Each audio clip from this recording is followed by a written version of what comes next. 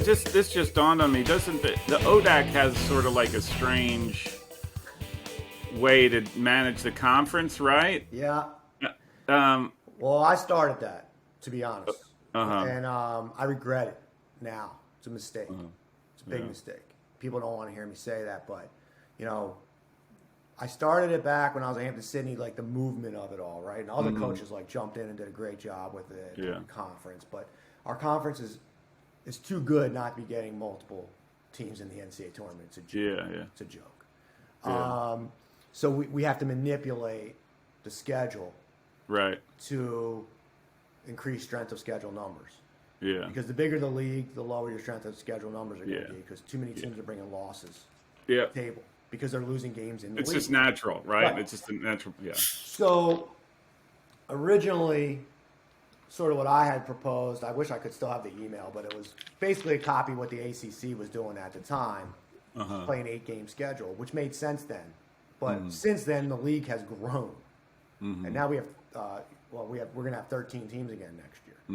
So then we were doing an 8-game schedule with more teams, and then you weren't playing 4 people or whatever it was, and that's way too small of a sample size. Yeah. Once the conference grew, Yeah. okay? So now you've got standings that are all over the map. I mean, you might have a team that doesn't play the first and second place team in the league, and then you might have a team that Yeah. has to play the big dogs, or you might have a team that doesn't play the bottom 2 teams in the league. Yeah. Right? Well, that's 6 points potentially off the table. So the standings are out of whack. So every year we change it, because every year it seems like we add a team. Emory and Henry left the conference, and we're going to play a 10-game schedule next year, but it's weighted. So I weighted, just for those who may not understand that, it's like the teams that have finished at the top for the last several years are going to get the harder conference schedule. Yeah. So we're in that category. Yeah. I mean, that's pretty tough when, we're not too far off of a team that might be right below us. And now they're going to have a way easier conference schedule. Yeah. So to say I hate it the way we're doing it now is an understatement, and it's my own fault. And it's my own fault. And it sort of is a necessary evil to get more teams in the NCAA tournament. Yeah. But I just think there needs to be a better way of selecting the teams, is what it comes down to. Some leagues are getting 5 teams in. We're lucky to get 2 right now, and I think we're way better than that. And then you can say, well, this league, they had 3 teams in the Sweet 16. I'm not talking about the NESCAC. Take them off the table, because that's just a different animal. Well, yeah, they had 3 teams in the Sweet 16, but they had 5 teams in the NCAA tournament. And 2 of them played each other in the round of 32, so someone had to go. It's just one of those things, like, we're not getting enough teams in for the caliber of teams that we have. Yeah. That's I interesting. don't see it changing, but that's the reality. That's interesting, because I started asking, not so much about ODAC, but like, there are like the Western teams. Why aren't there more Western teams? And I think it's the same.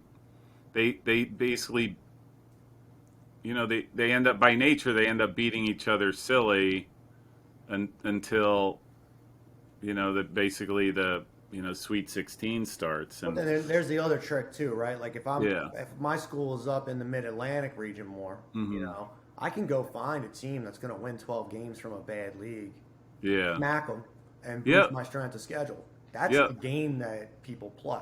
Yeah. And they're smart to do it, but who are we really going to do that with here in Richmond, Virginia? Here, you can't. We just don't. We don't have access to that many schools. I mean, you have schools in New England; they can ride their bike to the other school if they really wanted to.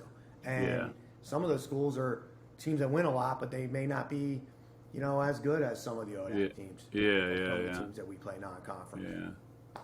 Yeah, that's true too, right? Like your numbers are again, the Mid-Atlantic, the Northeast, the different sort of animals. But not only are you more limited in the schools you can play, but also within your own conference, which makes up a majority of what games you would probably play. Those are tough games, right? Like there's no way you can sort of easily construct a schedule to get you to the NCAA and not It's kill really yourself. hard. You know, Here, not listen to kill this. Listen to this. This is kind of crazy. One year we played Rowan, Mary Washington, and Gettysburg in the same year. And our strength of schedule went up like 0.02 of a point from the year before. So why do we play them? Why do you play them? We already have to play Lynchburg, Washington and Lee, Hampton Sydney, Roanoke, Randolph, whoever, right? All these, Virginia Wesleyan, all these teams are good. So it was like, we're killing ourselves for 0.02 of a point. We didn't even get the reward, the mathematical reward. We might have played Mary Washington also that year. So it's like, it's crazy. Yeah.